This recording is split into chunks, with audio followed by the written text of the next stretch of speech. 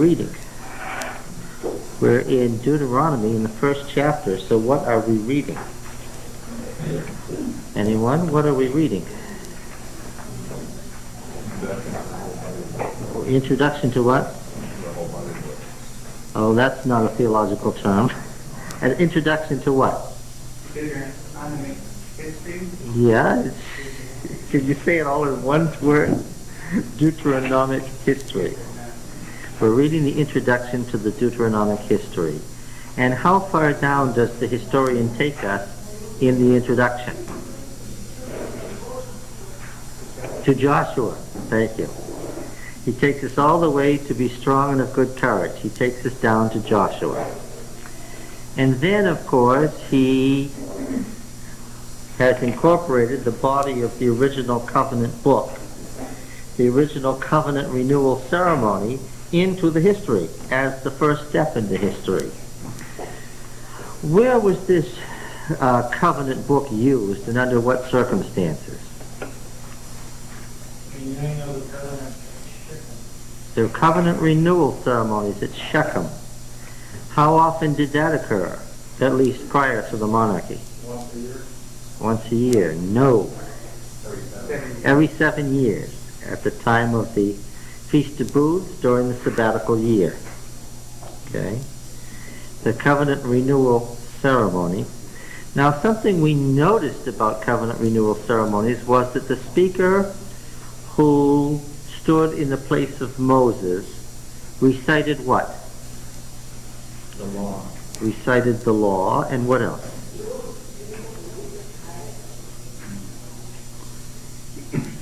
And what else?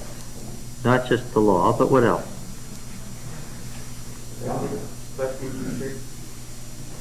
Well, the blessings and curses is the end. The law is the beginning, that's the end. He always said that there was a reason. Joshua 24, or 1 Samuel 8 and 12, and so forth. When we get covenant renewal ceremonies, what does the person say is the reason for responding to Yahweh? The recital of his acts. The recital of God's mighty acts. The Magnalia Dei. The recital of God's mighty acts, beginning generally with the patriarchs, right? Now, the Deuteronomic history is a great extended form of the Magnalia Dei.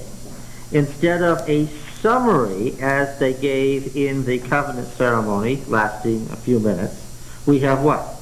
We have this great recital that is the mighty acts of God in great detail.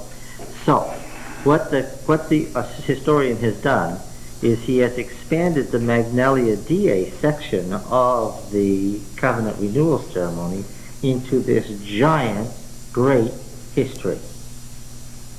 Now, I know why he's made this great history, and I know what he's going to use it for. He's going to use it for the covenant renewal ceremony when and where. The covenant renewal ceremony when and where? Every 7th year of Shiloh? No. Where does the Deuteronomic history take us to? Oh, to Joshua. To Joshua? No. Where does the Deuteronomic history take us to? No. Where does it take us to? Israel. No. Why did he write it? Whose time is he writing this? Josiah. Thank you. Yeah. He takes us to Josiah.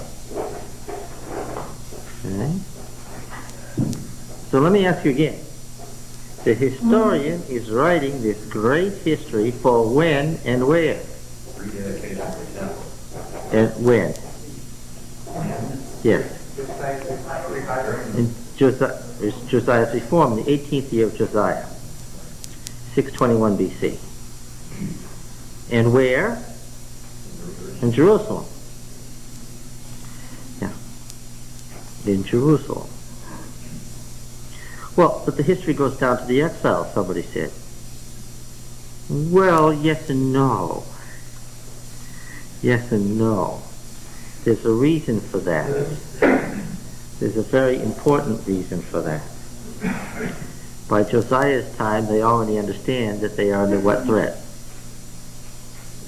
They have the Northern Kingdom example of 100 years earlier. They're under the threat of exile. Now to Assyria, but to Babylon. Yeah. Put this together, mention only goes to the 13th.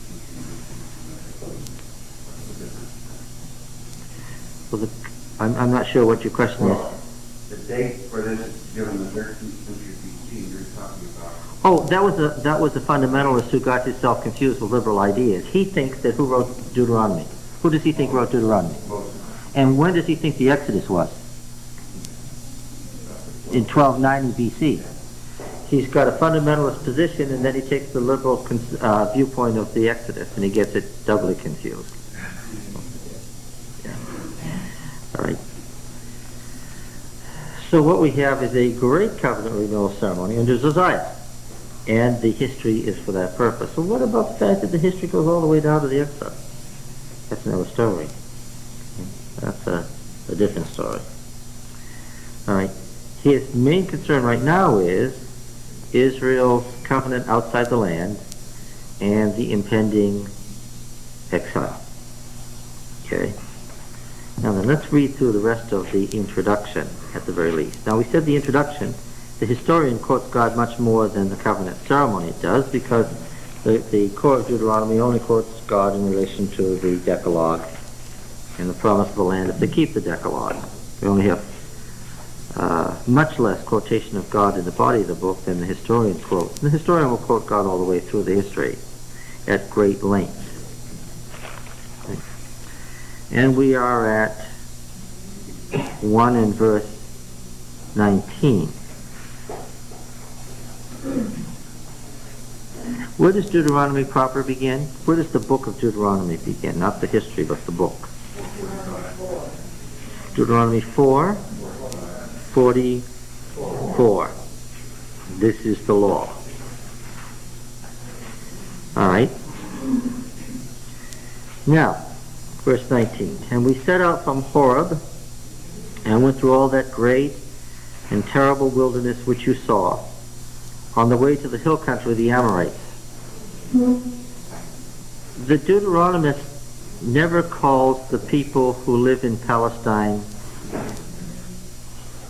Canaanites. Canaan was the particular name that P used for the Palestinians, because he had this great theology based on the table of the nations in Genesis 10, which he created. Canaan was who? Who was Canaan again? Cain, who reappears later in the cycle as the son of Ham, the accursed of Noah, the accursed son of Noah, and the Canaanite sexual rite that Ham performed on Noah, and Canaan is the son of Ham. And so he's got a theology of the Canaanites. That theology is missing here.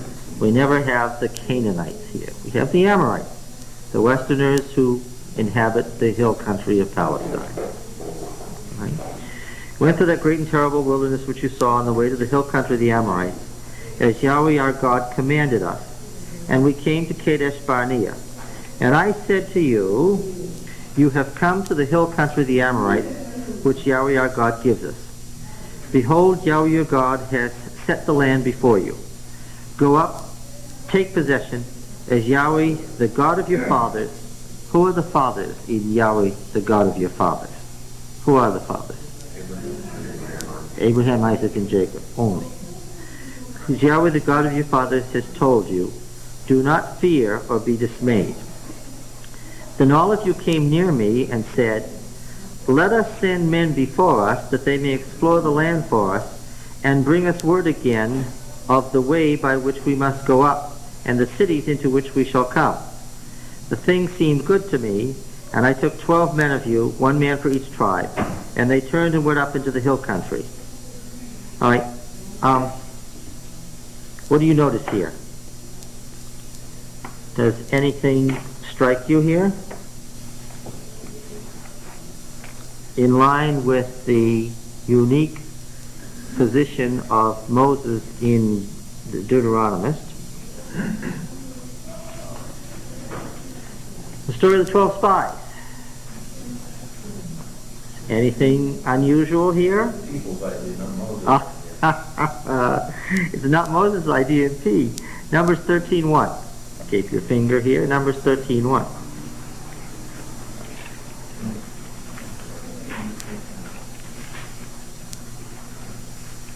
Do you remember that there are two stories, two complete, distinct, separate stories of the spying out of the land in Numbers?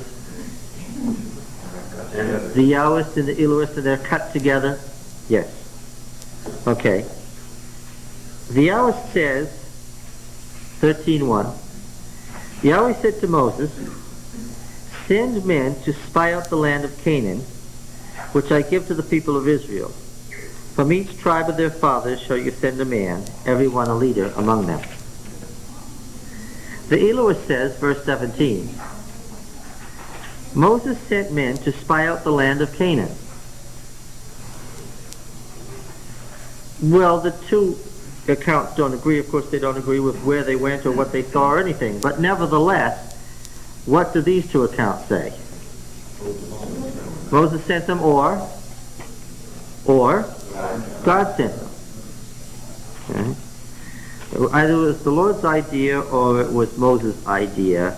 In D, it's what? It's the people's idea. Yeah.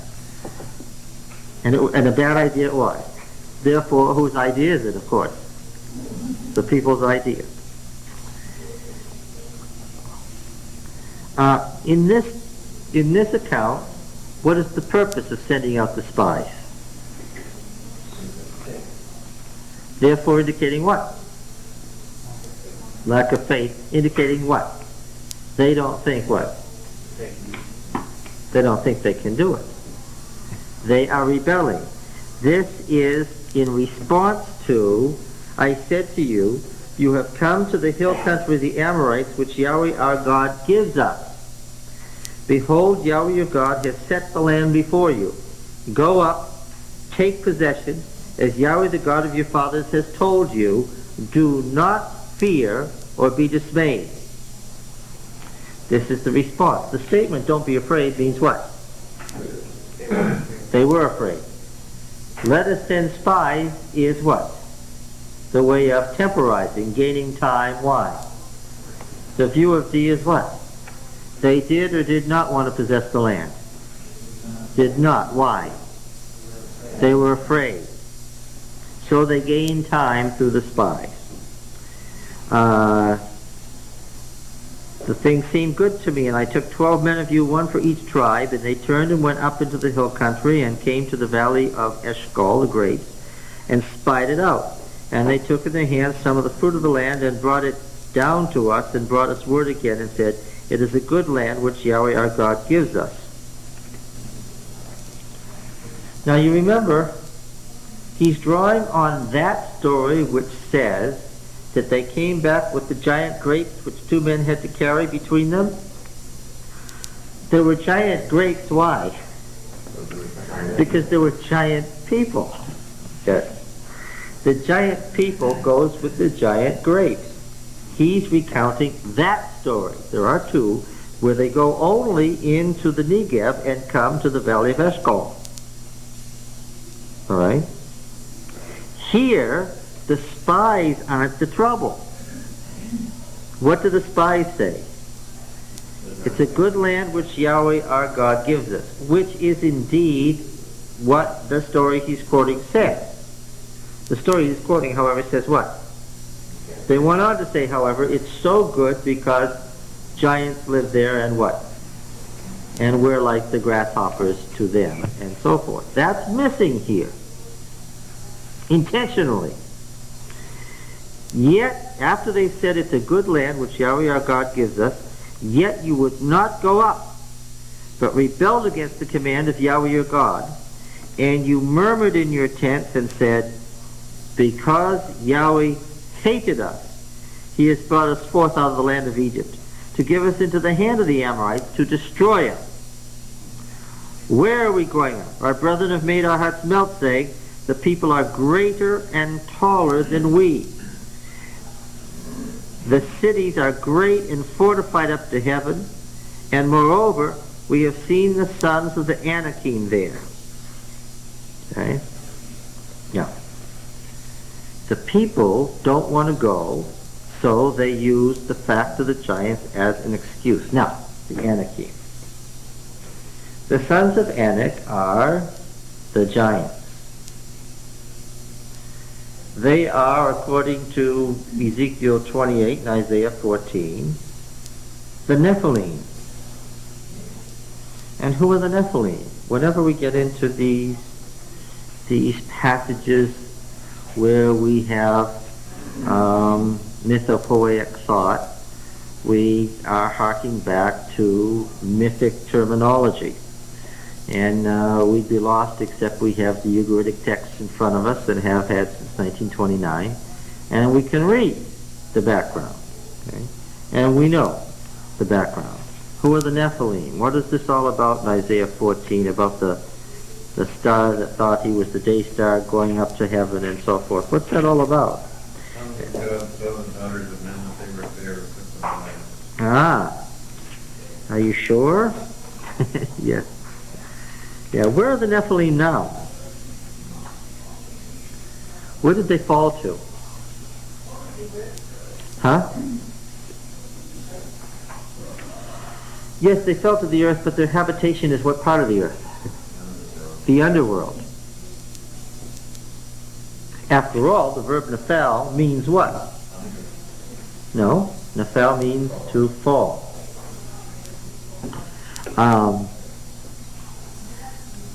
Isaiah 14:12 says, how you are fallen from heaven, day star, son of the dawn. And where does he go? Verse 15. But you are brought down to Sheol, to the depths of the pit. Those who see it, you will stare at you. Who lives in the pit? Well, verse 9 says, about Sargon II, Sheol beneath is stirred up to meet you when you come. It rouses the Rephaim to greet you. Who are the Rephaim? The weak, fluttery ones. The what? Well, no, it's not the spirits of the dead. It's the spirits of whom? The fallen angels who live in the underworld. What did they once do that caused them to be thrown into the pit? Well, they fell from heaven to the earth, but what caused them to be thrown into the pit? What is it? Genesis 6. What did they do that caused them to fall into the pit? Well, they did mix with the daughters of man. Genesis 6:1. Remember this? It seems so shocking at the time, but it's part of the common terminology of the ancient world. When men began to multiply on the face of the ground, and daughters were born to them, the sons of God, who are the sons of God? Even the conservative rabbi knew what this meant. That this was what? The angels. The sons of God. Well, technically, in the ancient world, no, we shouldn't, because then we think of Greek angels with their wings and their shimmery white garments and their eagle's wings and so forth. We should say the members of the heavenly court who fell. But the Greeks would call them gods, didn't they? What? The Greeks call them gods? Well, we're not interested in the Greeks. Greeks are way after our Old Testament time. Let's go back to Ugarit. These are the divine beings, members of the heavenly court, who, what did they want to be? According to the Ugaritic myth, what did they decide to do? Well, get rid of El. Get rid of El, the father of the gods. El was the father of the gods, remember? And all the gods were his sons and daughters. And Shalel, the son of a man, the day star, the son of dawn, day star, morning star, son of dawn, decided he would do what? He would overthrow the throne of El. And he gathered together, what? A third of the sons of God to join him in this attack on the cosmic mountain. All right, and how did it go? How did the war go? To quote the myth exactly, now there was war in heaven. To quote the words of the Ugaritic myth exactly. We find that all the way over in Revelation. He lost and was thrown down to the ground. Yes. And so how do we know this is true? How do we know that this happened? How do we know this is true? Because when we get up in the morning, what can we see? As we look to the east, just before the sun comes up, sitting right on the horizon, what do we see? We see Shalal, the son of Haman, who was once one of the highest stars, one of the 7 stars that inhabited the circumpolar stars, the dome of the universe. And where is he now? Down, sitting on the ground. How did he get down there? That's where he was thrown. So you know it's true because what? You can see it. Right? He's right there. You can see. And you know why such a bright star got to be on the rim of the horizon instead of up with the polar stars at the dome of heavens, in the highest heavens. Okay? Now then, these sons of God, when they were thrown down to the ground, they still acted like reprobates. They got out of hand again. What did they do? As if it weren't bad enough that they had tried to overthrow the throne of El, and had gotten thrown down to the ground, what did they try to do next? They... Try again. Procreate. Yes. Saw the daughters of men that they were fair, and they took to wife such of them as they chose. Then Yahweh said, this is the Yahweh's form of this, my spirit shall not abide in man forever, for he is flesh, but his days shall be 120 years. When God saw that the race of giants was developing from the sons of God being out of control, what did he decide to do? He decided to give them what? 120 years of probation, and then what? Then that would be it. The Nephilim were on the earth in those days and also afterward. Now, who are the Nephilim according to the Ugaritic text?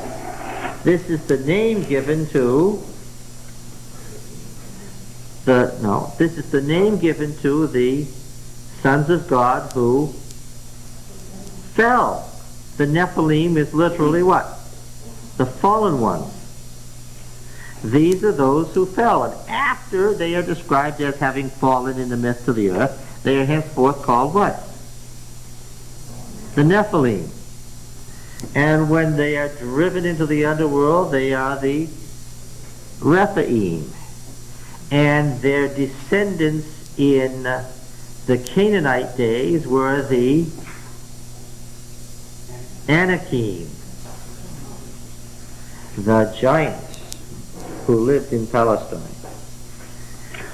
So then, Richard, when David killed Goliath, who was he killing? A descendant of Lucifer. Yes. Now, yes. They archaeologically made clear skeletons of giants. Oh, sure. The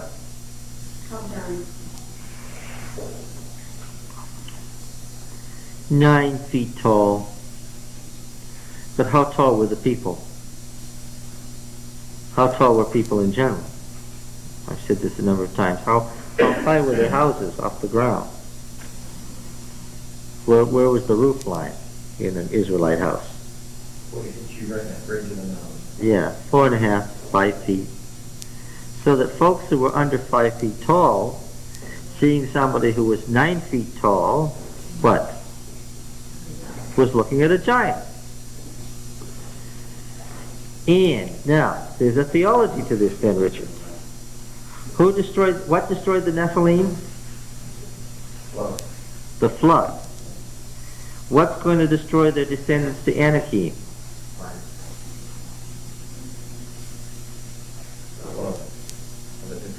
What? Yes, God's people coming into Canaan is what? Is the new flood. Bringing an end to the probation of the Amorites and the Anakim who lived among them. This is the new flood. Remember that this was what? Cycle. Yeah. Is everybody with me?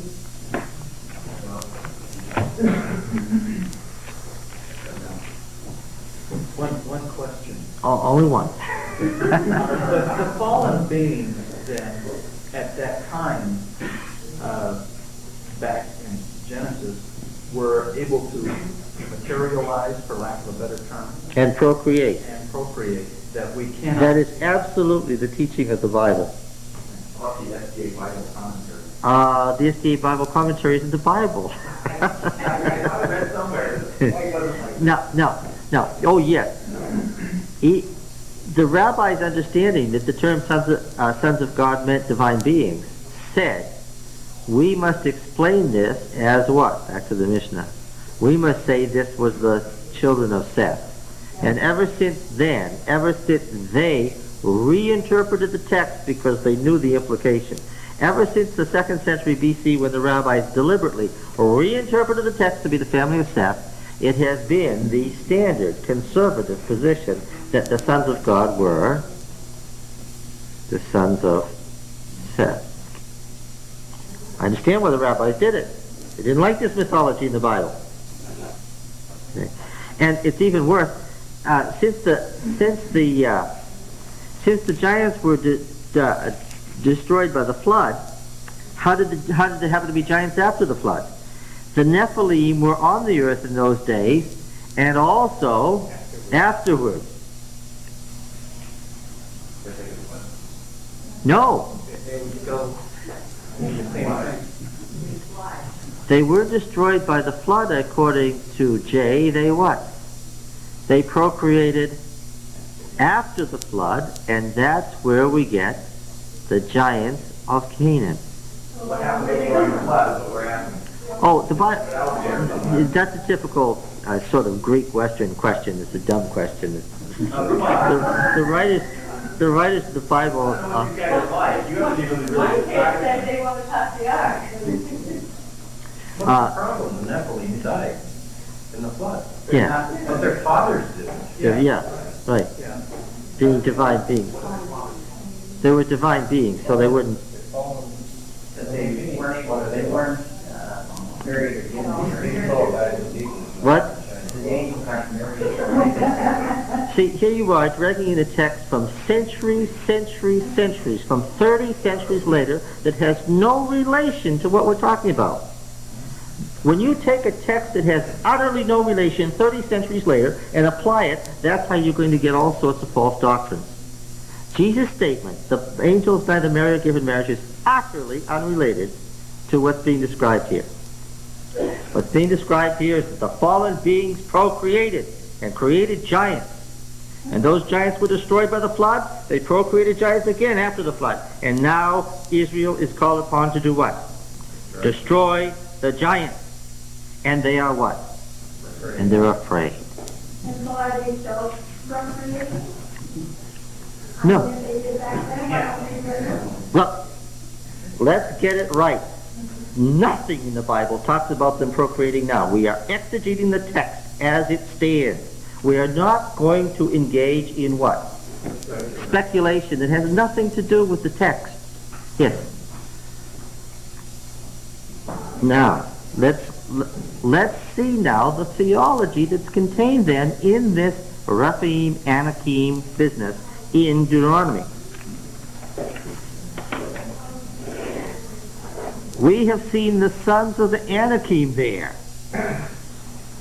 Then I said to you, do not be in dread or afraid of them. Yahweh your God who goes before you will himself fight for you, just as he did for you in Egypt before your eyes, and in the wilderness, where you have seen how Yahweh your God bore you, as a man bears his son, in all the way that you went until you came to this place. Yet in spite of this word, you did not believe Yahweh your God, who went before you in the way to seek you out a place to pitch your tents in fire by night, to show you by what way you should go, and in cloud by day. Now, they so misinterpret their relationship to God, which is going to be key in Deuteronomy. They so misinterpret their relationship to God that they say that God's redemptive act of bringing them out of Egypt was for what purpose? To destroy them. And they attribute the position of the Anakim to Yahweh. This is the first great rebellion that the historian is recounting here. And the rebellion comes when and where? Before they enter the land. The first great rebellion, he makes the point, did not occur in the land, but what? Before they ever got to the land. Now, why is this of significance to the exile and the problem of the exile? They're outside the land again. Yes. Now, you'll notice that we had reference to these giants elsewhere. And this is why he goes on about the giants. In these passages where God is being quoted, and you would say that in the historian's work, which passages are most significant? Those where the historian is speaking for himself, those where Moses is speaking, those where Moses is speaking for God, or those where God himself is speaking? Those where God himself is speaking. That's how he has set it up. And so we have a number of interesting things here happening all at once about the Anakim. Yahweh heard these words and was angered, and he swore, "Not one of these men of this evil generation shall see the good land which I swore to give to your fathers." Is it the spies who won't see the good land? No, the spies aren't the issue, indeed. What? The people as a whole have rebelled. Not one of this evil generation shall see the good land which I swore to give to your fathers, except Caleb the son of Jephunneh. He shall see it, and to him and to his children I will give the land upon which he is trodden, because he has wholly followed Yahweh. Now, what happened to Caleb eventually? Does anybody know the rest of the story? He died. Oh, before he died. No. What? After he crossed the Jordan? Well, Joshua is in the next verse. We got they are two different theological symbols.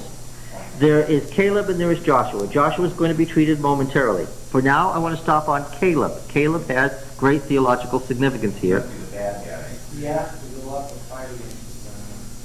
He asked to go fight against whom? Against the giants. Caleb is the giant killer. Yeah. Caleb is a Judahite too, as compared to Joshua, who was an Ephraimite. Yes, Joshua is the northern kingdom, Caleb is the southern kingdom here. Certainly, Caleb and Joshua represent the northern and southern kingdom. There's no doubt about that. However, when you say that Caleb is a Judahite, you've told half the story. Do you want to take it from there? No. All right. When the conquest is described, it goes through at great length the conquests here. All right. We notice that Caleb comes and he asks for his inheritance. Do you see the cross-reference in Deuteronomy? Sometimes reading these cross-references is going to be essential, because especially look, as you're reading Deuteronomy, especially look for the cross-references to things later in the Deuteronomic history. Why? Understand that the writer is doing what? What is the writer intentionally doing? He's setting you up for what? What comes later? Yes, he wants you to be prepared to see what comes later in the story. All right? When we get over to Joshua, let's see, where is it here? 15, 13. Okay. Well, it's in 14. Yeah, we got to begin in chapter 14. And verse 6. Then the people of Judah, catch it, catch it, catch it. Then the people of Judah.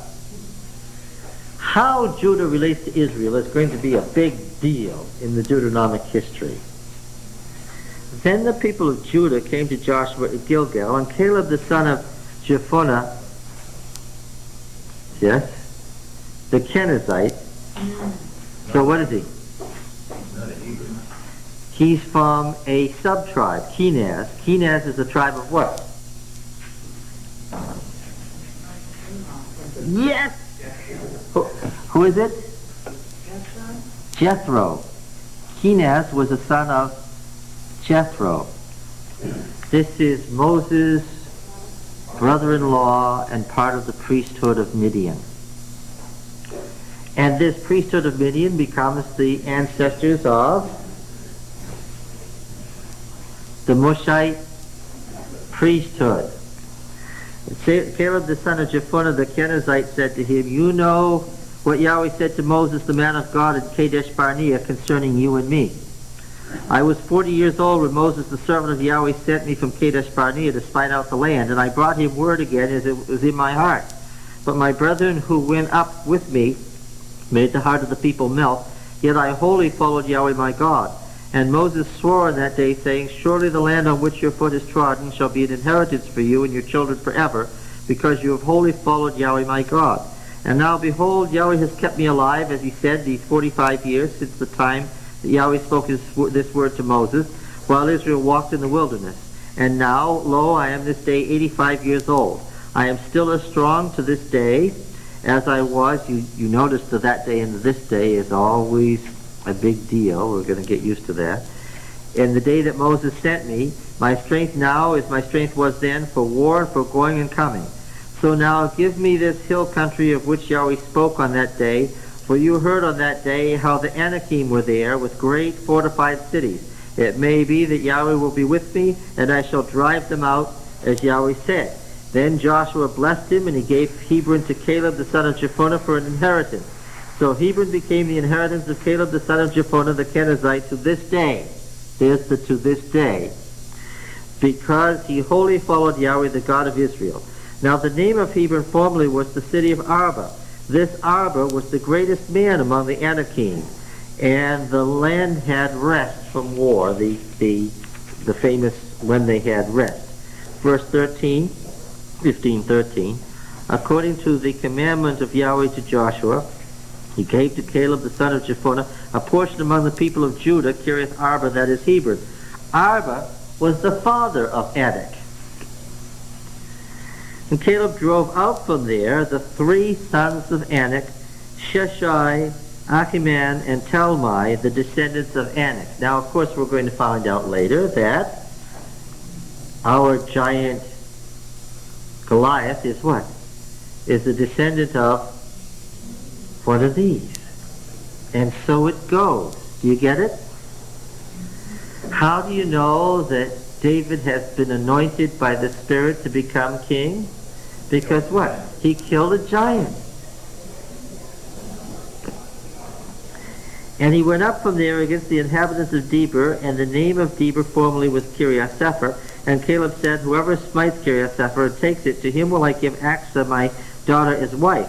And Othniel, the son of Kenaz, the brother of Caleb, took it, and he gave him actually his daughter as wife. And when she came to him, she urged him to ask her father for a field. And she alighted from her ass, and Caleb said to her, "What do you wish?" She said, "Give me a present. Since you have set me in the land of the Negev, give me also springs of water." And Caleb gave her the upper and lower springs. Oh, I know. Now Caleb was old, you see. He was as old as Joshua, so he died, as you said, and Joshua died. But he had this much younger brother, a man named Othniel.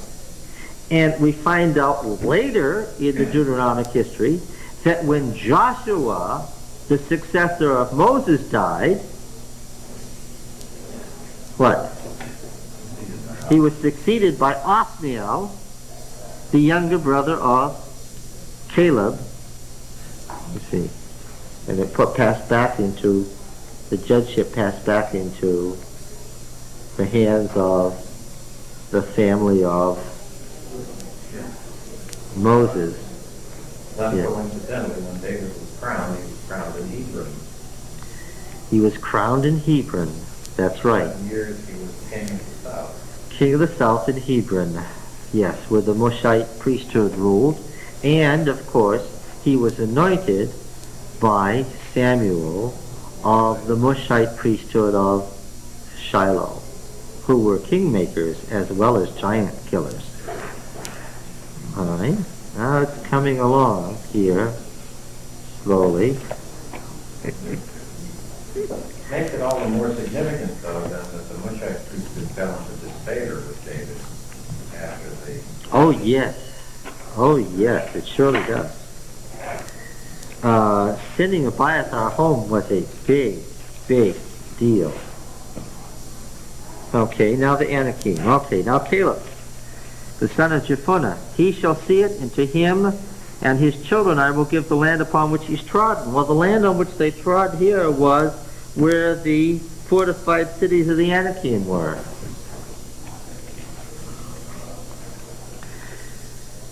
Because he's wholly followed Yahweh. Verse 37, a key verse. We're going to come back to this again and again in Deuteronomy. Yahweh was angry with me also on your account, and said, quoting God again, "You shall not go in there. Joshua the son of Nun, who stands before you, he shall enter. Encourage him," the first be strong and of good courage, quote, "for he shall cause Israel to inherit it. Moreover, your little ones who you said would become a prey, and your children, who this day have no knowledge of good and evil, shall go in there, and to them I will give it, and they shall possess it. But as for you, turn and journey into the wilderness in the direction of the Red Sea," or Reed Sea, technically. "Then you answered me, we have sinned against Yahweh. We will go up and fight just as Yahweh our God commanded us." Now they're countermanding God's, this is a further rebellion. Now they're countermanding God's direction. "And every man of you girded his weapons of war and thought it easy to go up into the hill country." This is obviously emotion here rather than logic. Yahweh said, "Say to them, do not go up and fight, for I am not in the midst of you, lest you be defeated before your enemies. So I spoke to you, and you would not hearken, but you rebelled against the command of Yahweh, and were presumptuous and went up into the hill country. Then the Amorites who lived in that hill country came out against you and chased you as bees do, and beat you down and Seir as far as Hormah. And you returned and wept before Yahweh, and Yahweh did not hearken to your voice or give ear to you. So you remained in Kadesh many days, the days that you remained there. And we returned and journeyed into the wilderness in the direction of the Reed Sea. And Yahweh says, see, this is back in the direction of where they began. Yahweh told me, and for many days we went about Mount Seir. Then Yahweh said to me, you've been going about this mountain country long enough. Well, this is where we began. Back in 1:6, you've been dwelling in this mountain region long enough. So now, at the end of the cycle, you've been going around this mountain country long enough. Turn northward and command the people, you're about to pass through the territory of your brethren, the sons of Esau, who live in Seir. What does Seir mean again? The hairy, right? The hairy country. All this scrub pine and stuff. Yes, hair, yes. The hairy country. Do you remember that Esau was a hairy man, and so he lived in a hairy country? Yes, of course. What else? Oh, what else is that the country is red, and and his skin was, he was ruddy, and if you look at the countryside, it's red, ruddy. Yes, it's red. Yes. So you know then by looking at it that it's what? It's Esau country. It's red and hairy, so it's Esau's country. All right. It's good to think like ancients. Get rid of the Greek thought processes, right? Identity of appearance equals identity of essence, he said, for the 243rd time. Identity of appearance equals identity of essence. Now we're in Mount Seir. They will be afraid of you, so take good heed. Do not contend with them. Now, catch it. For I will not give you any of their land. No, not so much as the sole of the foot to tread on. So far, so good. Because I have given Mount Seir to Esau as a possession. Now we've noticed this cross current in Deuteronomy. Deuteronomy is made up of opposites. Israel is unique. Israel is special. Israel is chosen. Israel gets God's redemptive act and God's covenant land. And what else is there? God runs all the nations. And what? And directs the affairs of all the nations and gives every nation its own land and its inheritance. The universal and the particular. The general and the specific. Now this statement here, I have given Mount Seir to Esau as a possession, becomes part of the trouble later when the empire of David does what? Takes Edom and Moab and Ammon. Catch it, the historian is setting us up. This all looks like an interesting story of what God said to Moses, but it's much more than that. I have given Mount Seir to Esau as a possession. You shall purchase food from them for money that you may eat, and you shall also buy water from them for money that you may drink. For Yahweh your God has blessed you in all the work of your hands. He knows you're going through this great wilderness these 40 years. Yahweh your God has been with you. You have lacked nothing. So we went on, away from our brethren, the sons of Esau, who live in Seir, away from the Arabah road, from Elat to Etzion-Geber. Do you remember that in Numbers 32 and 33 there are two routes of the Exodus? Say yes, I remember. Which way did they go? Which are the two routes? Either they went straight up the King's Highway, or what? Out into the desert to go along the edge of the Arabian desert so as to avoid Edom, Moab, and Ammon, to have no confrontation with them because God had given them their own land. Now D has a choice. He's got two routes for the Exodus, and which does he take? Well, he's talking about the people. Didn't we decide they probably went both ways? Well, yes, but that's us. That's our modern historical. No, but I mean, isn't it there? We decided that it was in the text that the military. The military went straight. They went straight ahead. And the people went around. Yes. He's talking about the people, so he would naturally have them. Have them go around. And he's followed the going around the outside, along the route of oases that are on the outer edge, the very, very far edge of habitation, just where the Great Arabian Desert begins. Whose name do we connect to that line of oases and forts along the edge of the Great Arabian Desert. Huh? Well, I was thinking of somebody much more recent. Yes, Lawrence, of course, that's how he overcame the Turkish Empire. He built up his forces and not lying along the edge of the desert there. All right, so we went around away from Esau, and we turned and we went in the direction of the wilderness of Moab. Okay, so now they're going up along the edge. They get to the northern edge of Edom, and what do they intend to do now? Turn west, turn in toward the Transjordanian mountains and then toward the valley of the Jordan. They want to turn into the inhabited country. But what? Yahweh said to me, do not harass Moab or contend with them in battle, for I will not give you any of their land for a possession, because I have given Ar to the sons of Lot for a possession. Okay. Now, our historian interrupts Moses' words as quoted by God to talk himself.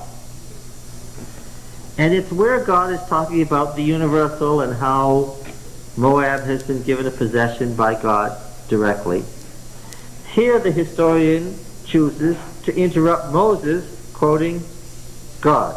And as we pointed out, D says what by doing this? D says what by doing this? There's something important here he wants to bring out. Something important he wants to bring out. But then who is authority of the text here? He is. He'll interrupt Moses quoting God to tell you what he wants to tell you. The Emim formerly lived there. A people great and many, and as tall as the Anakim. Like the Anakim, they are also part of the Rephaim. But the Moabites call them the Emim. The Horites also lived in Seir formerly, but the sons of Esau dispossessed them and destroyed them from before them and settled in their stead, as Israel did to the land of their possession, which Yahweh gave to them. And now D is really pushing it. This is not some minor note. This is of great significance. What's he saying here? It's happened before, and it could happen again. Well, the Edomites have their promised land also, and they drove out the rest of Edom. They too, at Yahweh's command, killed giants. And what does that do to Israel's special significance? Even killing giants has been done before by other people when Yahweh told them to. And the reason they didn't possess the land already is what? When Yahweh told them to possess the land, what? They were afraid of the giants and wouldn't do it. But what? Other people did. The Edomites did it when Yahweh told them to. They are dwelling in their special land, so much so that God won't even let us do what? Walk through it, because that's their land that he gave to them. Well, then we'll discuss this later when David conquers Edom. We're going to say, well, there's a discussion coming here. But then, could there have been a written history from the Edomites lost somewhere? Wouldn't they have recorded what Yahweh had told them to do? Much the way it was recorded. One of our favorite books, Job, is written in Edomite, not Hebrew. And Job is one of the 12 chieftains of the Edomites, according to Genesis. One of the 12 princes who ruled over the 12 tribes of Edom. Yeah, good point. Now then, back to the end of the quote. Now arise and go up with the brook Zered. So we went over the brook Zered, At the time from our leaving Kadesh Barnea until we crossed the brook Zered was 38 years. Until the entire generation, that is the men of war, had perished from the camp. Here he's quoting P in Numbers, as Yahweh had sworn to them. For indeed, the hand of Yahweh was against them to destroy them from the camp until they had perished. Now, Caleb said that he had been 45 years since they went back into the wilderness. Here it was 38, so there was a 7-year gap of... We were reading Joshua 7 years later. Oh, okay. There's 2 years occupied in conquering Transjordan and 5 years in conquering the hill country of the Amorite. Okay. So when all the men of war had perished and were dead from among the people, Yahweh said to me, this day you were to pass over the boundary of Moab at Ar. And when you approach the frontier of the sons of Ammon, that's the other brother, right? Lot's other son.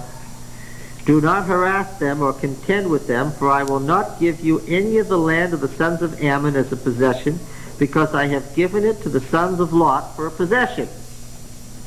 Now again, we're going to have a question about the relation of Moab and Ammon and Edom to Israel. That's going to be very pronounced.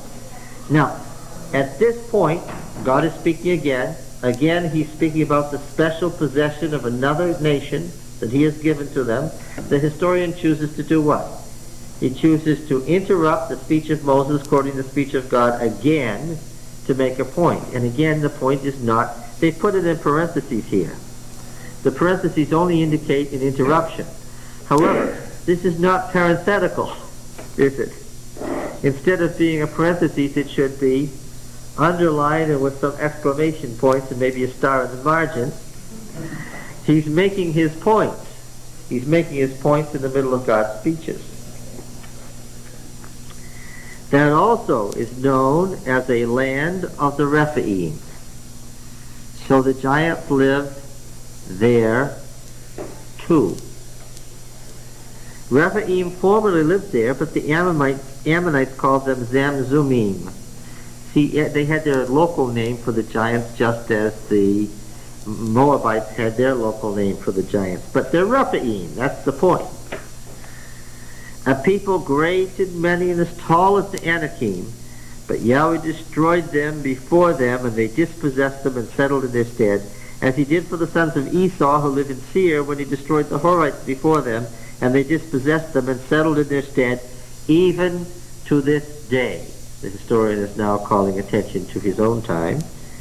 As for the Avim, who live in villages as far as Gaza, the Caphtorim, who came from Crete, destroyed them and settled in their stead.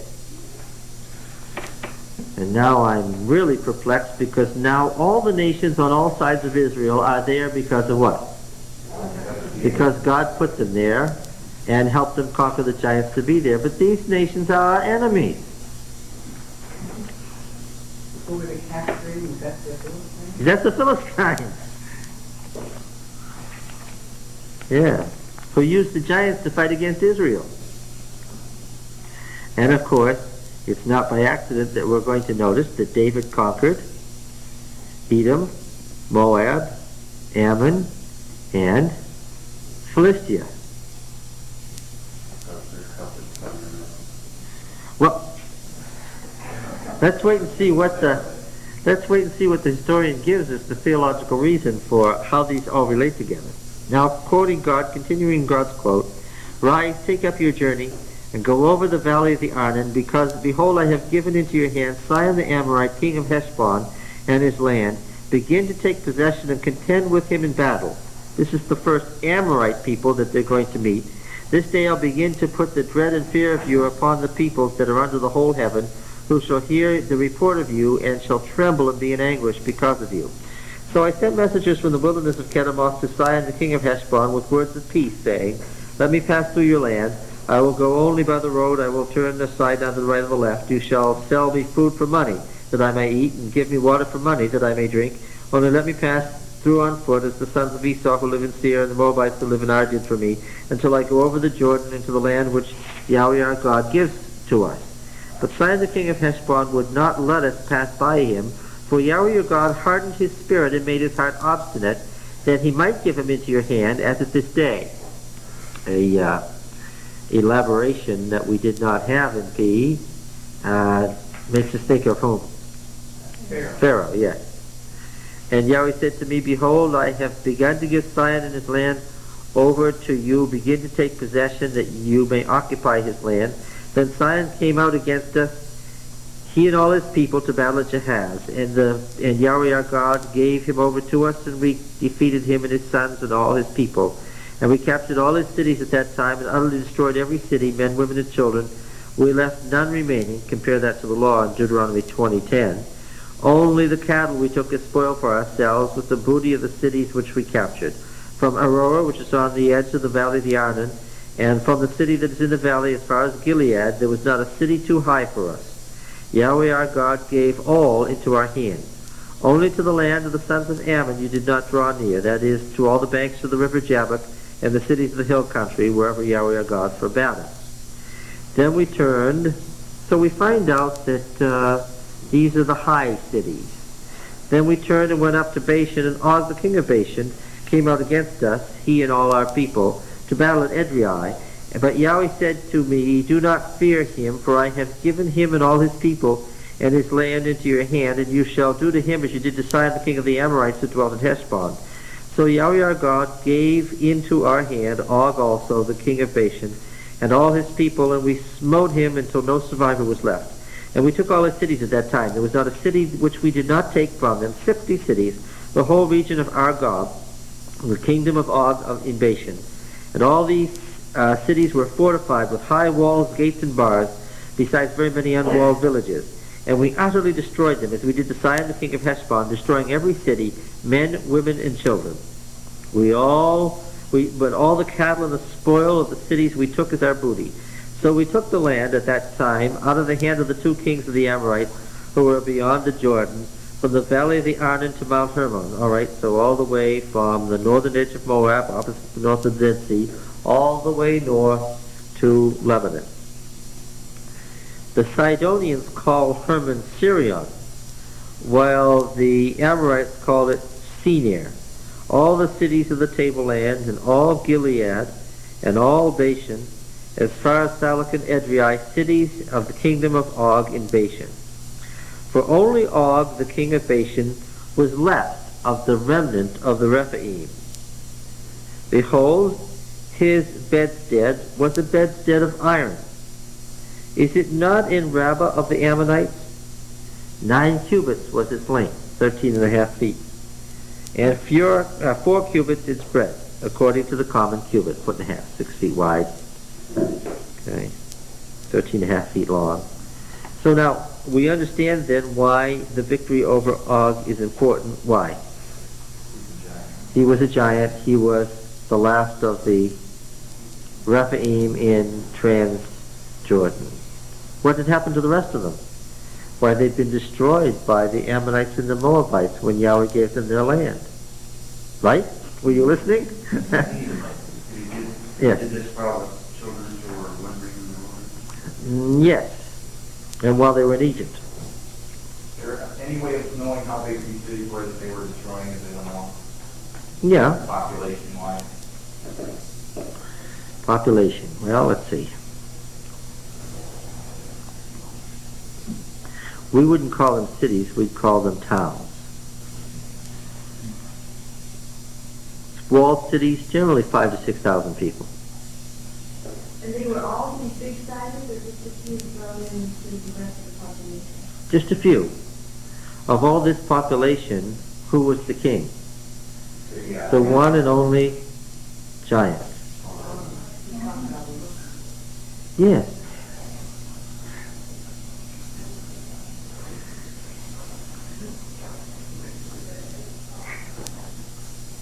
Yes, if you're 12 feet tall, you can conquer people who are 4 or 5 feet tall. Mostly because they're what?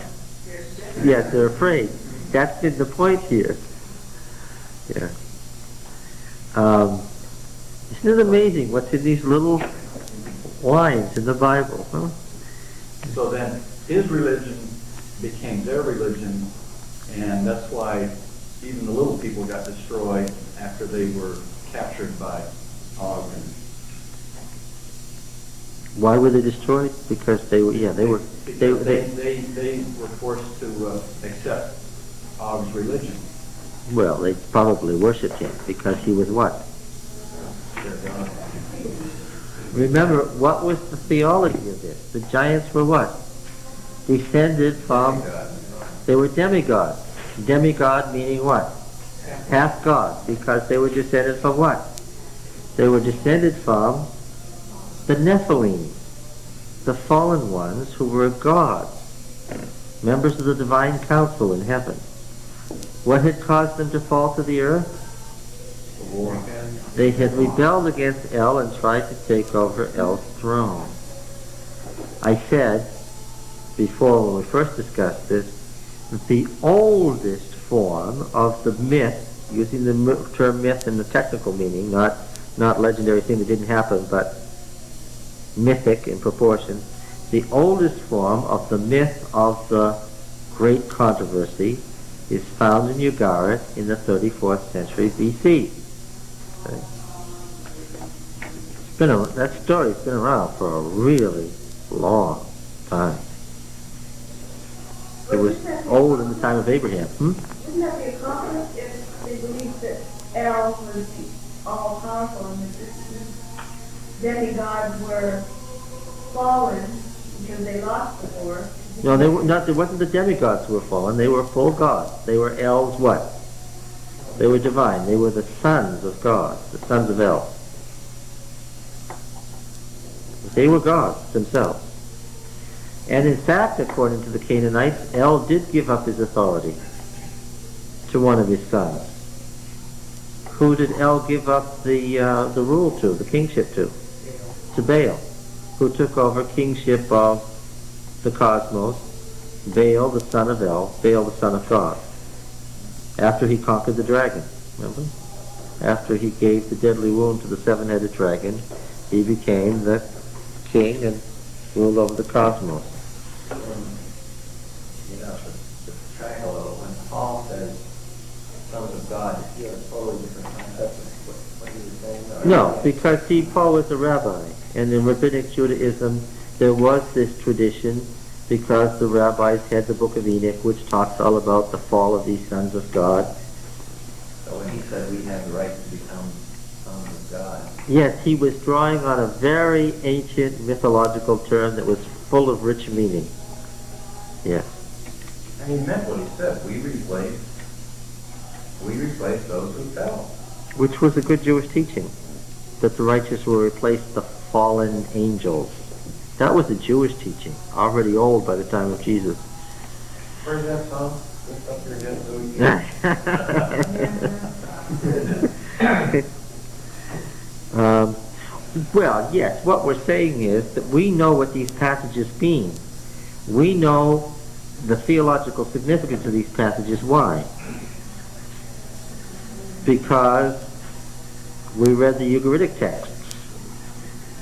Ever since 1929, when they dug them up, started translating them in the 1930s, and were delighted or horrified, as the case may be, to notice what?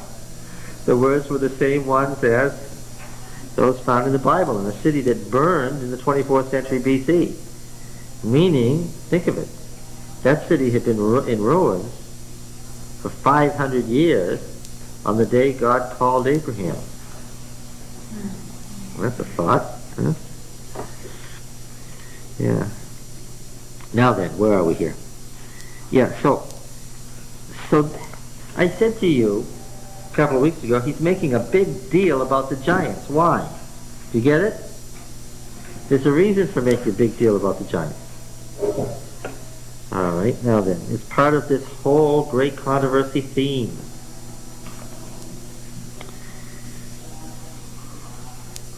When we took possession of the land at that time, I gave to the Reubenites and the Gadites the territory beginning at Aroer, which is in the valley of the Arnon, and half the hill country of Gilead with its cities, the rest of Gilead and all Bashan, the kingdom of Og, that is, the whole region of Argob, I gave to the half-tribe of Manasseh. The whole of that Bashan is called the land of Rephaim. Jair the Manassite took it. Now, who is Jair?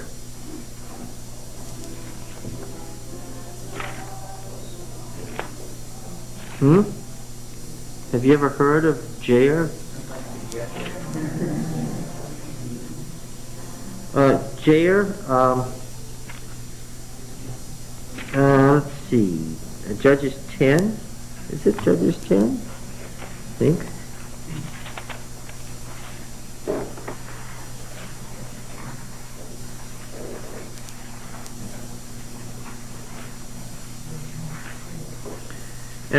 It turns out that Jair was what?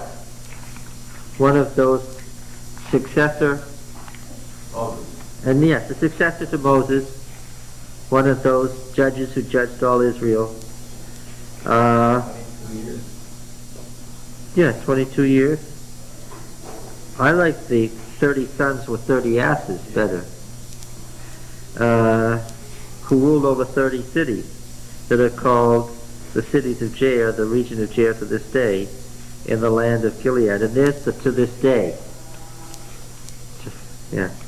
Meaning that the time the historian wrote, they were still there.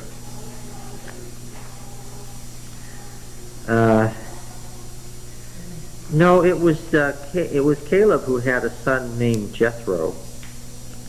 We'll find that when we read Judges. Remember that it's Caleb who's the family of Moses. All right, now let's see. To Machir I gave Gilead, and to the Reubenites and the Gadites. So Jair was also what? A giant killer. To Machir I gave Gilead, and to the Reubenites and the Gadites I gave the territory from Gilead as far as the valley of the Arnon, which is the middle of the valley as a boundary, as far over as the river Jabbok, the boundary of the Ammonites, the Arabah also, the Jordan, the boundary from Kinnereth, that's what we later call the Sea of Galilee, as far as the Sea of the Arabah, the Dead Sea, the Salt Sea, under the slopes of Pisgah to the east. And I commanded you at that time, saying, Yahweh your God has given you this land to possess. All you men of valor shall pass over armed before your brethren, the people of Israel. But your wives, your little ones, and your cattle, I know that you have many cattle, shall remain in the cities which I have given you, until Yahweh gives rest to your brethren. Now this theme of rest is something that we're going to see. It's very important. When do they finally get this rest? Here in Judges. The land had rest, but then what happened?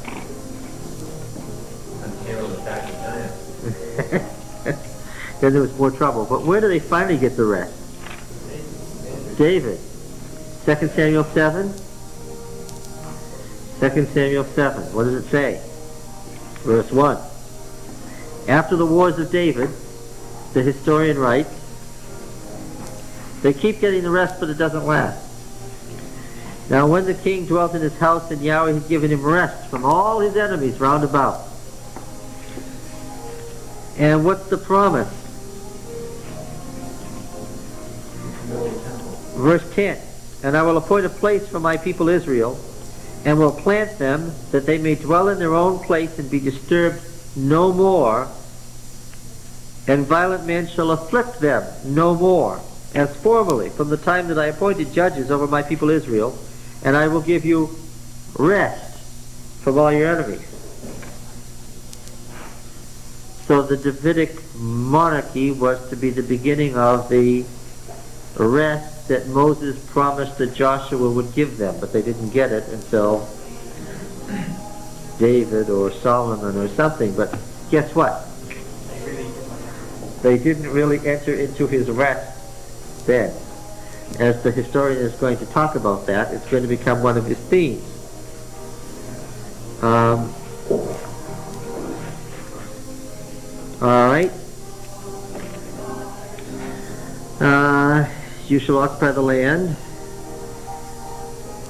Verse 21. I commanded Joshua at that time, your eyes have seen all that Yahweh your God has done to these two kings. So will Yahweh do to all the kingdoms into which you are going over. You shall not fear them, for it is Yahweh your God who fights for you. This is a repetition of the promise to the first generation, which they didn't believe. Now, 23. This is very significant. I hate to say that about every verse, but...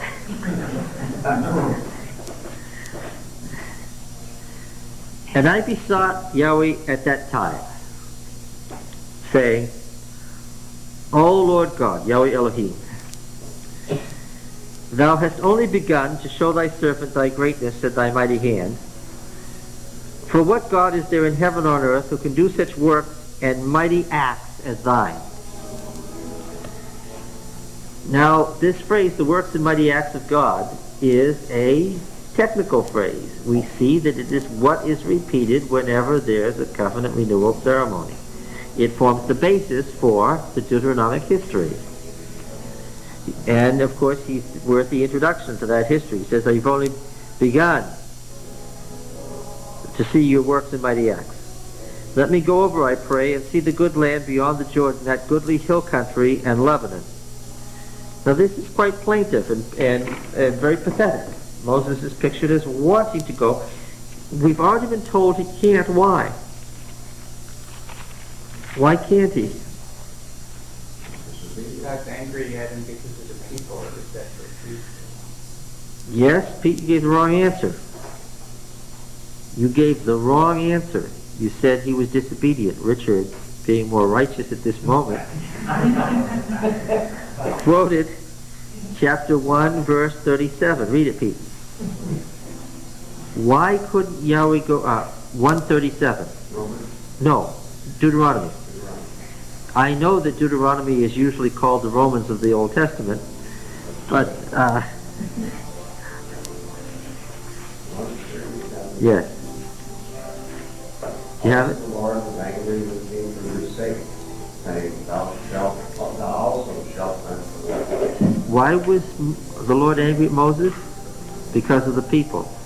Indeed, Moses suffers and is denied the right of inheritance because he suffers in behalf of the people. He's the original suffering servant. Isaiah is going to expand this theme, but Dee's going to expand it too. Moses is suffering not for anything he did, but what?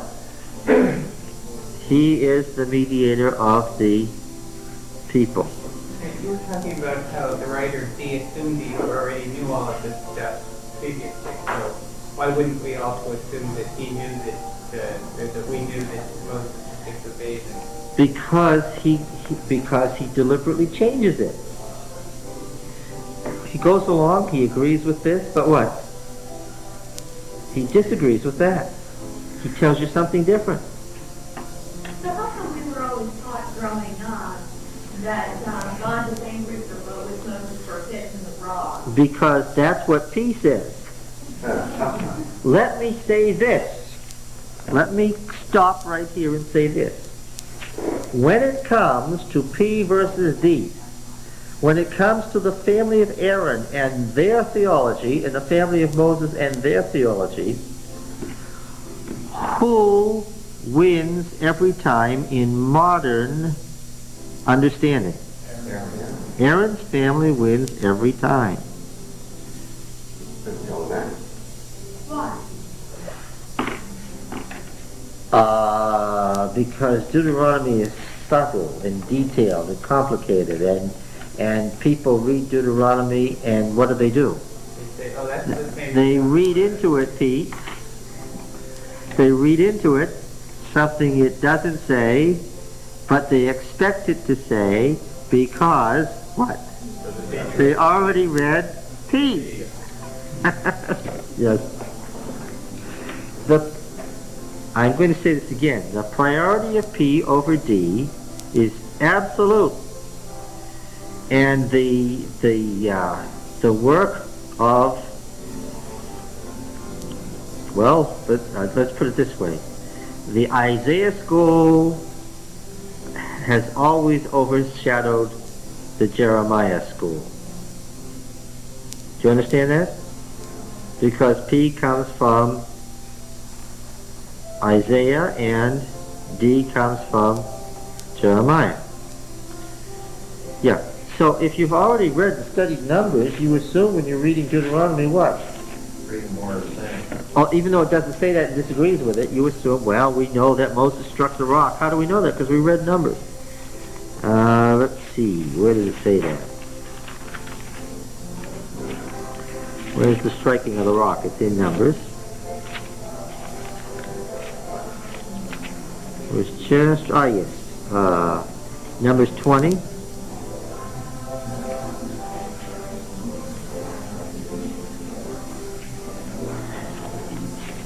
Let us recall now the none too subtle reality that in P, Moses what?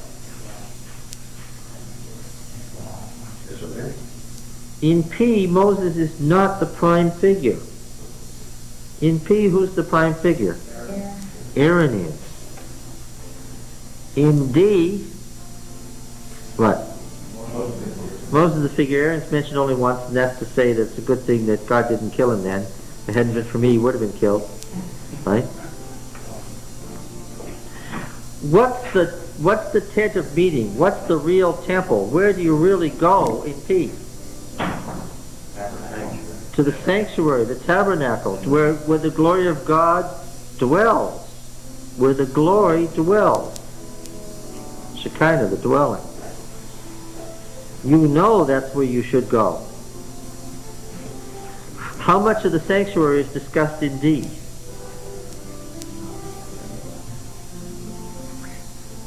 How many pillars are there? How many curtains and how many hooks and eyes and how many golden woven cherubim and how many veils? Where's the altar of incense and how many cakes of and how many different kinds of yes, yes, and where's the menorah, that symbol of female fertility, and how many different kinds of offerings are there, and what's the difference between a sin offering and a whole burnt offering in D? What's the answer? Yeah.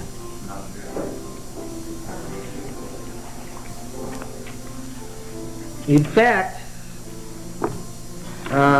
near the end of Deuteronomy, now remember Deuteronomy is set in the wilderness, right?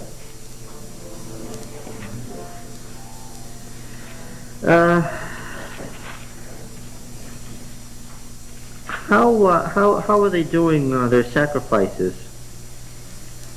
in Deuteronomy? After taking of the well, they have to be told to do them like they used to.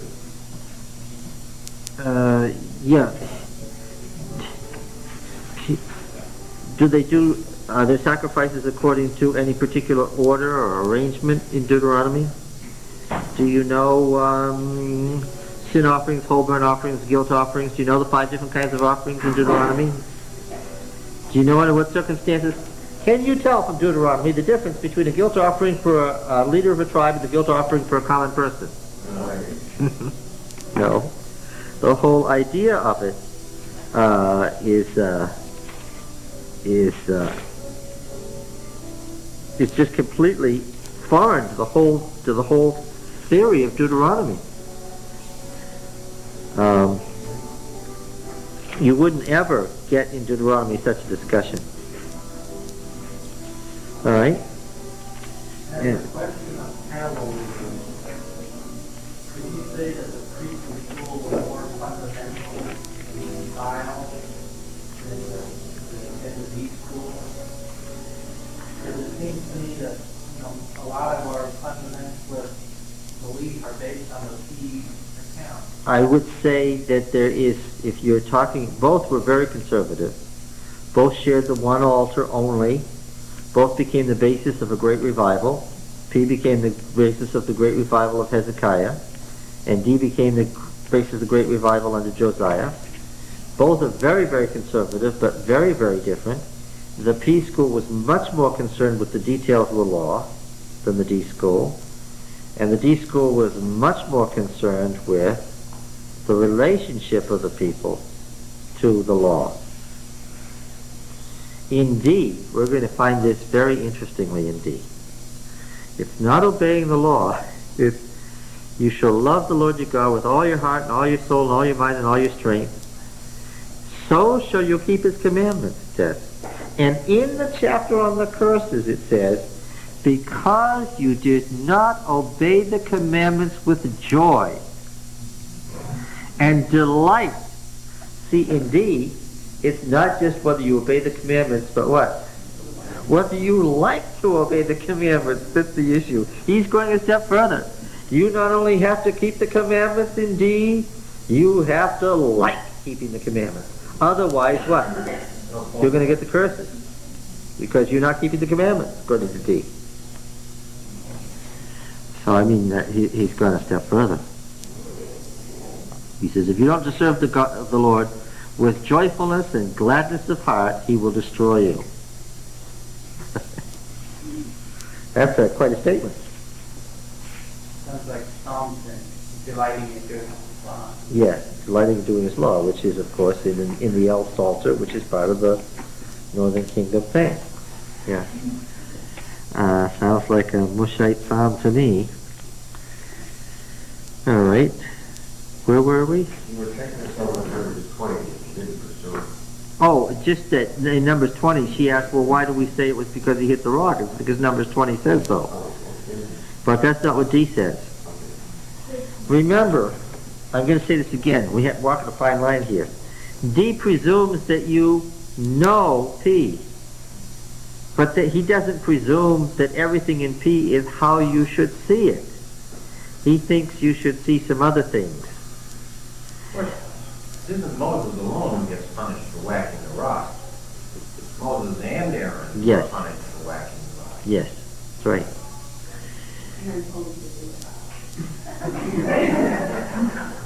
No, in P, now wait a minute. In P, Aaron gets punished. Why? Because he was Moses' faithful brother who what? Went along with him when what? When Moses whacked the rock and said, here now you rebels shall we, including what? Aaron in it and getting Aaron in trouble. So if the we wasn't he and Yahweh, it was we and he. It was him and Aaron. Yeah. Yeah. Can we go back to Deuteronomy now? Oh, we're having so much fun in numbers. Yeah, that's right. You know, you were having fun before and we weren't. We were having fun and you went, go on. That's right. Remember when I was in Numbers, how I was longing to go to Deuteronomy? Yes. I believe I mentioned that every 7 minutes or so if you want to look at the tape.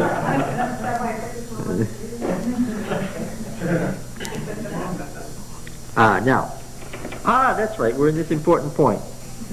I besought Yahweh at that time, saying, O Lord God, thou hast only begun to show thy servant thy greatness and thy mighty hand. For what God is there in heaven or on earth who can do such works and mighty acts as thine? Let me go over, I pray, and see the good land beyond the Jordan, the goodly hill country in Lebanon. But Yahweh was angry with me on your account. This is again. And would not hearken to me. And Yahweh said to me, let it suffice you. Speak to me no more of this matter. Go up to the top of Pisgah and lift up your eyes westward and northward and southward and eastward and behold it with your eyes, but you shall not go over this Jordan. But charge Joshua, here we are, encourage and strengthen him, be strong and of good courage. Encourage and strengthen him, be strong of good courage, for he shall go over at the head of this people, and he shall put them in possession of the land which you shall see. So we remain in the valley opposite Beth Peor. 4:21. Chapter 4 and verse 21. Furthermore, Yahweh was angry with me on your account, and he swore that I should not cross the Jordan, and that I should not enter the good land which Yahweh your God gives you for an inheritance. For I must die in this land, I must not go over the Jordan, but you shall go over and take possession of that good land. Take heed to yourselves, and so forth. Again, Moses is punished for the people. All right? Now, this takes us right to Deuteronomy 31, where the direct address is given, where Moses tells Joshua to strong, good courage and take the people over and put them in possession of it, and so forth. Moses must stay behind because he suffers in behalf of the people. Right? Now, in the first 3 chapters, The historian has recounted through Moses the history from leaving Sinai, or Horeb, where he does not wish to discuss the covenant, down to Joshua. We get to Joshua, and then there's a break, so we remained in the valley opposite Beth Peor. That's the end of his discussion of the history. It's a highly theological discussion, but it's a recounting of history up to this point. In chapter 4, he turns to Paranesis. And what is that? This is interpretation of the meaning of what he has just recounted.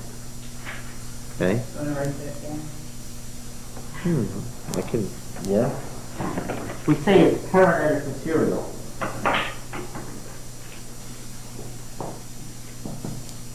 It's just like it sounds. Or the verb.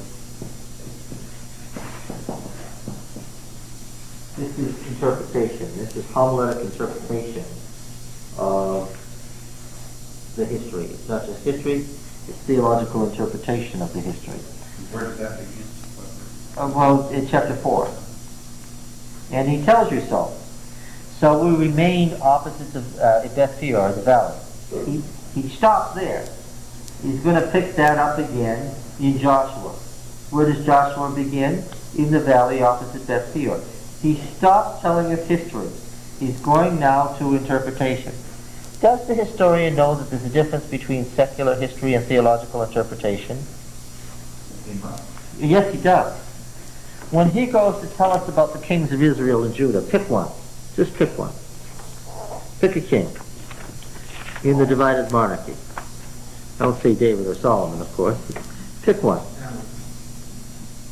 A king in the divided monarchy? You said Adam? Rehoboam. Ammon. Ammon. Okay, let's do Ammon. I didn't hear what you said. I thought you said Adam.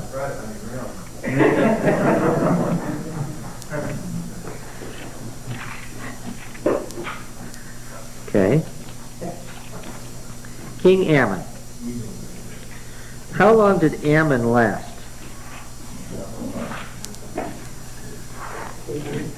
Yeah, 2 years, I think. He didn't last very long, did he? All right, can we find him? I don't know where he is. We'll find him here in a minute.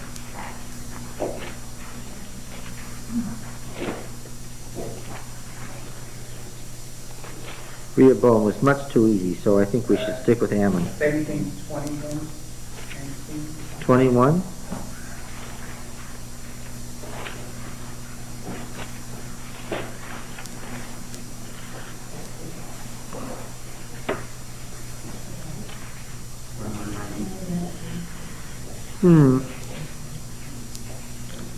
This is a good one.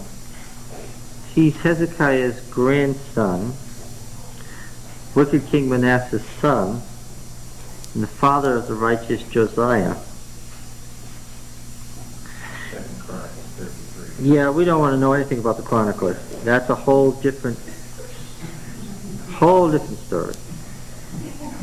Ammon was 22 years old when he began to reign, and he reigned 2 years in Jerusalem. His mother's name was Meshullemeth, the daughter of Haruz of Jotzbah. It's interesting that one of the things that the historian records for every king is who the queen mother was. He thought that their mothers had something to do with who they were. He did what was evil in the sight of Yahweh, as Manasseh his father had done. He walked in all the way which his father walked, and served the idols that his father served, and worshipped them. He forsook Yahweh, the God of his fathers, and he did not walk in the way of Yahweh. If any of that sounds like Deuteronomy, then that's not by accident. And the servants of Ammon conspired against him and killed the king in his house. But the people of the land, which is the landed gentry, that's the people who run the country, the nobles who run the great estates. The people of the land is a technical term. It's not everybody who lived in Judah. It's the great gentry of the king's council. The people of the land slew all those who had conspired against King Ammon, and the people of the land made Josiah his son king in his stead. Now the rest of the acts of Ammon which he did, are they not written in the book of the Chronicles of the kings of Judah? And he was buried in his tomb in the garden of Uzzah, and Josiah his son reigned in his stead. As we look at this, he tells us that there is a political or secular history of Ammon, and he's not giving it to us. If you want to read about the political history of Ammon, what? Read the Chronicles of the Kings of Judah. What does he want to tell us about? He wants to tell us about whether he followed the covenant or served the idols, and what he did in relation to Yahweh. That's his only interest. He's not interested in politics. There's a secular history that you can consult for all that, he said. Unfortunately, it's gone. We don't have it. Don't confuse this with the chronicles that follow. These chronicles that follow aren't the chronicles he's referring to. Yes? We got against Chronicles says the same thing. Yeah. No, it doesn't say the same thing. Doesn't have his mom's name in it, that's about it. Ah, there's a big difference. Okay, now then. The chapter 4. And now, O Israel, summary. We remained in the valley opposite Beth Peor. End of history. Meaning now, paranesis, meaning. And now, Israel, chapters 1 to 3 have been a description of past events. Chapter 4 begins the analysis of those past events for their future in the land. And especially those events in the land that will lead to the exile.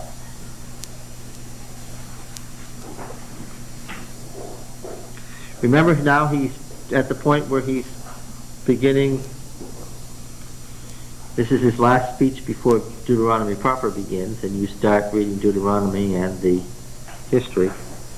And now, Israel, give heed to the statutes and the ordinances which I teach you, and do them, that you may live.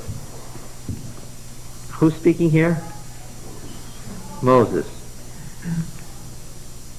And you'll notice this blending that becomes more and more complete. In the end, you don't have God speaking anymore. Why? God doesn't need to speak anymore. Why? Moses speaks as if what? As if he were God. And the Deuteronomic writer speaks as if what? As if he were Moses, who is speaking as if he were God. So that in the end, he makes this subtle shift, but intentional, to what? If you want to listen to what God says, what? Listen to what I'm telling you.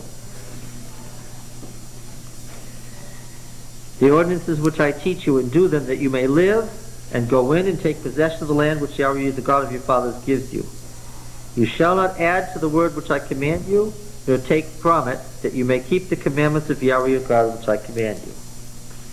Now you can't add to Moses' word, and you can't take away from it. What? Yes.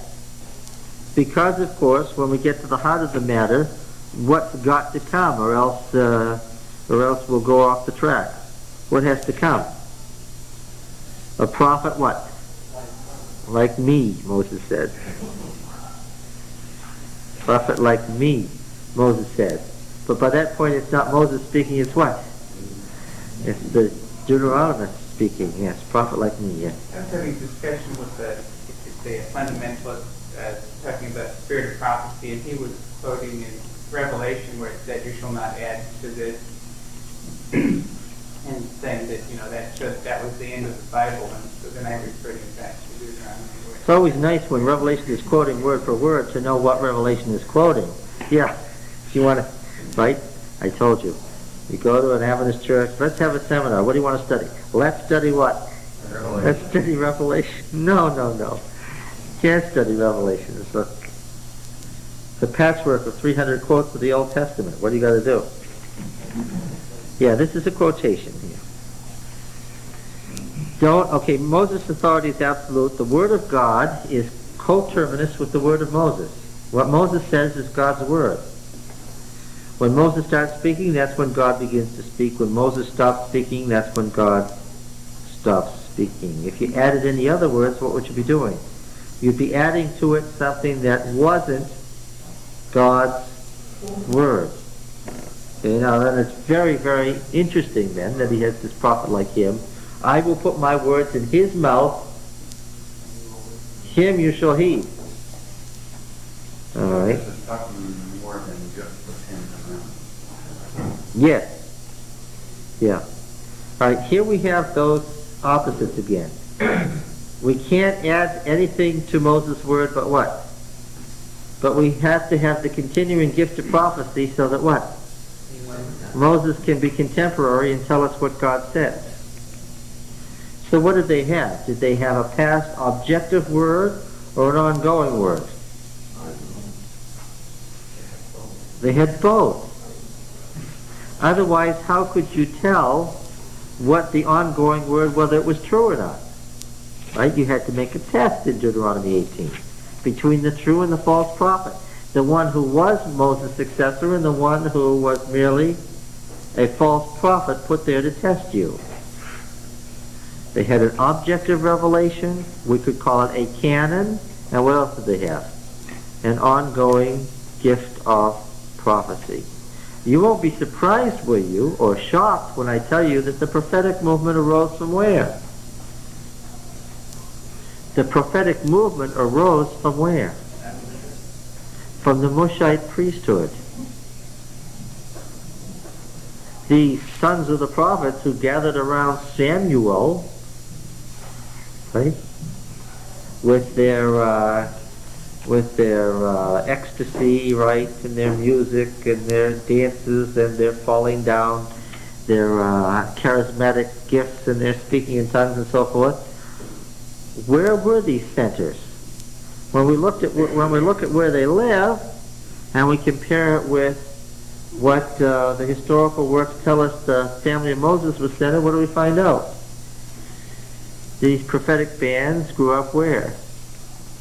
Where the family of Moses ruled as priests.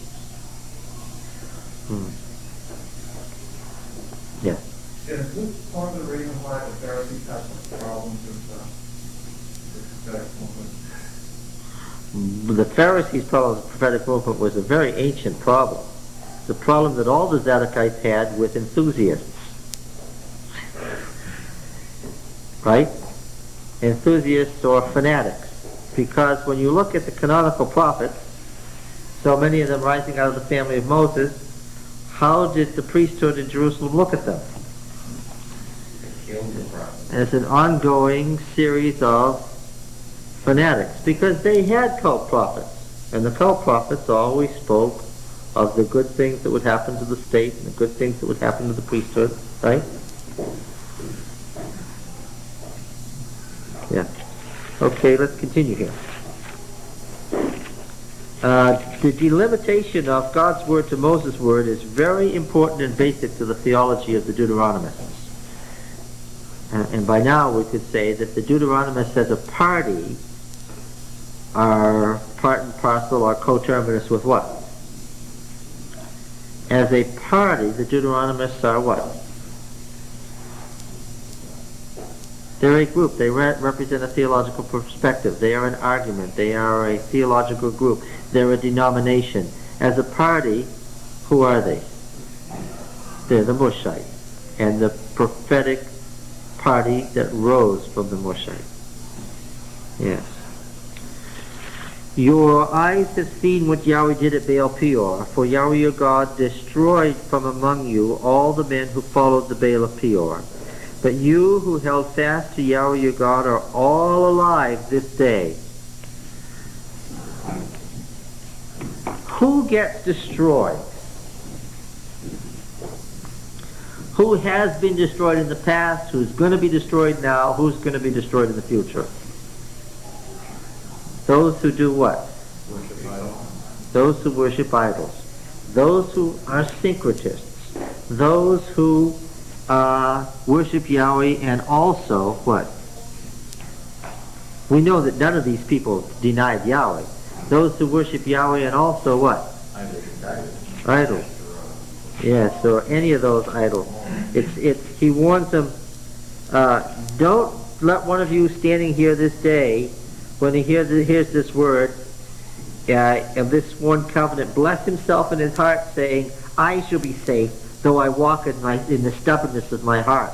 This would lead to the sweeping away of the moist and the dry alike. The Deuteronomists have a warning. Don't let there be any syncretism. Don't let anybody start worshiping idols who worships Yahweh. Why? That would cause what? The destruction of everybody. The Deuteronomic Code is gravely concerned that the whole society is going to be destroyed by what? If you read the Code, you can see it again and again. It's very prominent in the Code. They're extremely concerned that what might happen.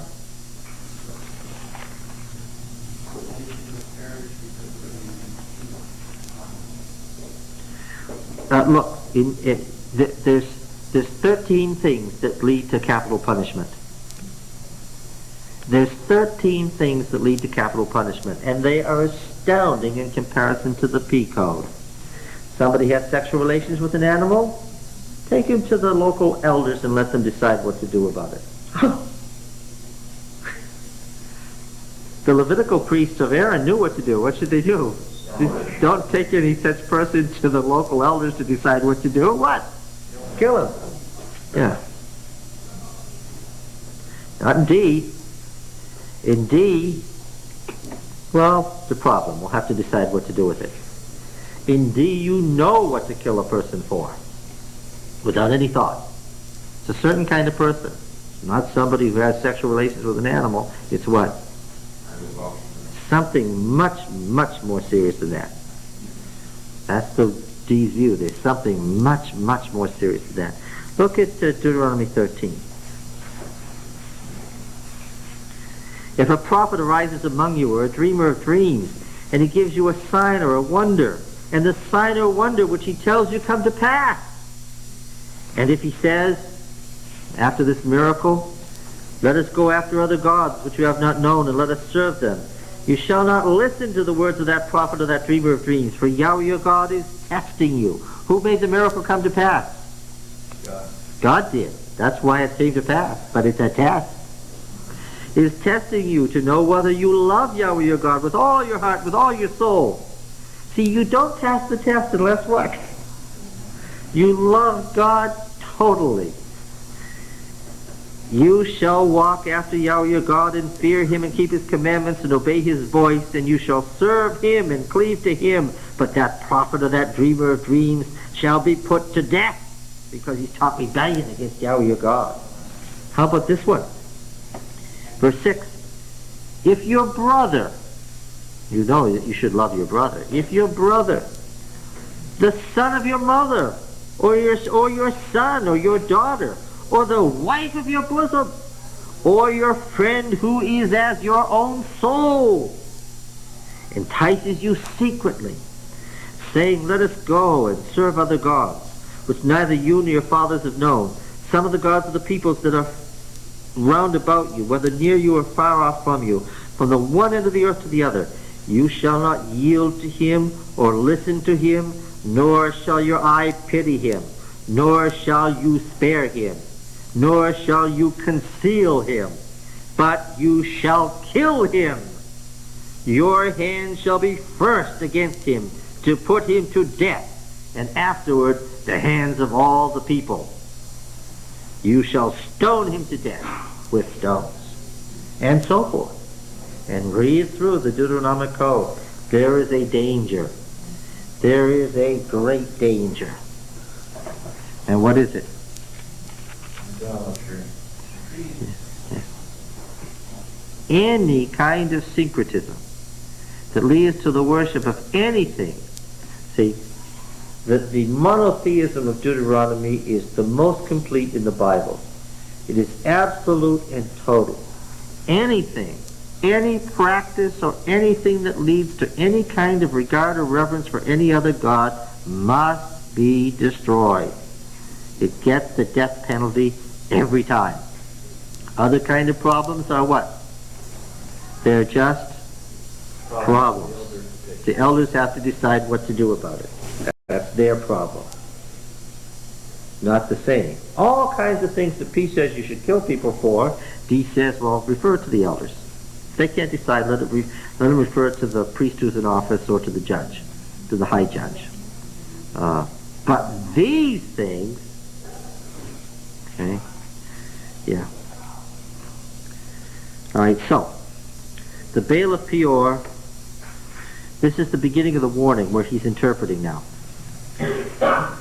Behold, I have taught you statutes and ordinances as Yahweh my God commanded me, that you should do them in the land which you're entering to take possession of it. Keep them and do them, for that will be your wisdom and your understanding in the sight of the peoples, who, when they hear all these statutes, will say, surely this great nation is a wise and understanding people. For what great nation is there that has a God so near as Yahweh our God is to us, whenever we call upon him? And what great nation is there that has statutes and ordinances so righteous as all this law which I set before you this day? Only take heed and keep your soul diligently, lest you forget the things which your eyes have seen, and lest they depart from your heart all the days of your life.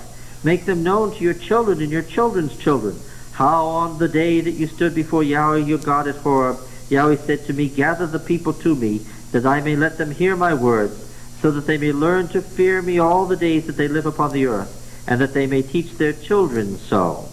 And you came near and stood at the foot of the mountain, while the mountain burned with fire to the heart of heaven, wrapped in darkness and cloud and gloom. Then Yahweh spoke out of the midst of the fire. You heard the sound of the words, but saw no form. There was only a voice. And he declared to you his covenant, which he commanded you to perform. That is the 10 words. And he wrote them on 2 tables of stone. And Yahweh commanded me at that time to teach you statutes and ordinances, that you might do them in the land which you're going over to possess. Yeah. One of the big arguments that came to be was, what was the nature of the covenant? Was it conditional or unconditional? See, the Deuteronomy says the word of God never, never, never, never fails. Okay? It always comes to pass. Everything that God promises always comes to pass. There's no such thing as a false prophecy. There's never a prophecy that doesn't come to pass. What? There's only what? Conditions. If this condition is met, then what? When God said this would happen, then that A will happen. But if another condition is met, then what? Then B happens. Whether it's A or B, what? It's still God's word coming to pass. And the thing about the covenant, it was, as it came to be seen, was it was seen as unconditional. God's going to support the state of Israel, and subsequently God's going to support the state of Judah, no matter what. He made an unconditional deal with the patriarchs. He made a promise to the fathers. Then what? He's got to keep it now, because he's tied to his own word by the oath which he swore. He stuck to his own word. And what does the Deuteronomy say? Well, yes, God made an unconditional promise to the fathers. What? He promised to give us the land. And what? Well, and he did give us the land eventually. So his word what? It's come to pass. But what? He didn't say that we could keep the land forever no matter what we did. That's the Deuteronomist argument. All right? So there's a condition in there. Notice the 10 words. Therefore take good heed to yourselves, since you saw no form in the day that Yahweh spoke to you at Horeb out of the midst of the fire. Beware lest you act corruptly by making a graven image for yourselves in the form of any figure, the likeness of male or female, the likeness of any beast that's on the earth, the likeness of any winged bird that flies in the air, the likeness of anything that creeps on the ground, the likeness of any fish that is in the water under the earth. And beware lest you lift up your eyes to the heavens, and when you see the sun and the moon and the stars and all the hosts of heaven, you be drawn away and worship them and serve them, things which Yahweh your God has allotted to the peoples under the whole heaven. The Deuteronomist takes a very interesting view here. And what is that? It is quite right for the Assyrians to worship the host of heaven. It is appropriate to the Assyrians to worship the sun, the moon, and the stars. Why? Remember his universalism? If the Assyrians worship the sun, moon, and stars, why do they do so? Because what? Because God allotted to them the secondary place of being pagans and worshiping things. That's his position. God gave the nation things to worship. And he's very unrelenting about this position and comes back to it again and again. God gave the nation things to worship. But what? He gave Israel himself. Therefore what? Therefore Israel is the one responsible for not what? Worshipping the things that belong to the nation.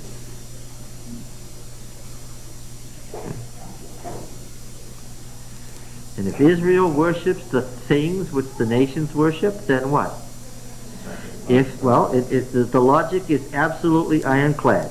If Israel worships the gods of Assyria, which Yahweh allotted to Assyria, then what? Then to Assyria, Israel shall go. And that's what the rest of the chapter says.